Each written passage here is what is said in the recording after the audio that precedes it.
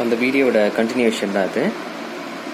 ஆக்சுவலாக அந்த நமக்கு வீன் லைனோட அவுட்புட்டில் ஷார்ட் இருந்தது இல்லையா, அதை செக் பண்ணும்பொழுது இங்கே இருக்கிற இந்த கெப்பாசிட்டர் தான் ஷார்ட்டில் இருந்தது.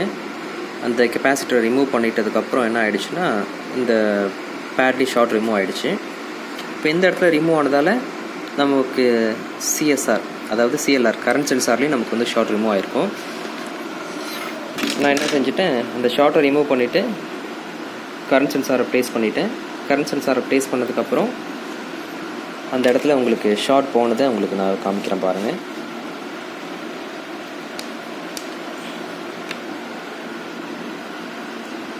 நல்லா பாருங்கள்.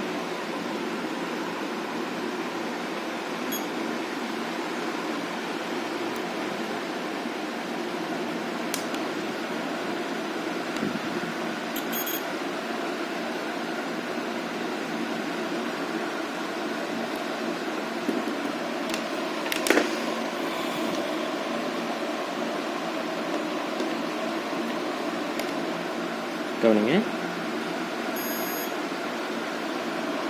இதுக்கு முன்னாடி சிஎல்ஆரில் உங்களுக்கு ஷார்ட் காட்டுச்சு இல்லையா, இப்போ பாருங்கள் உங்களுக்கு அந்த இடத்துல ஷார்ட் ரிமூவ் ஆகிடுச்சு.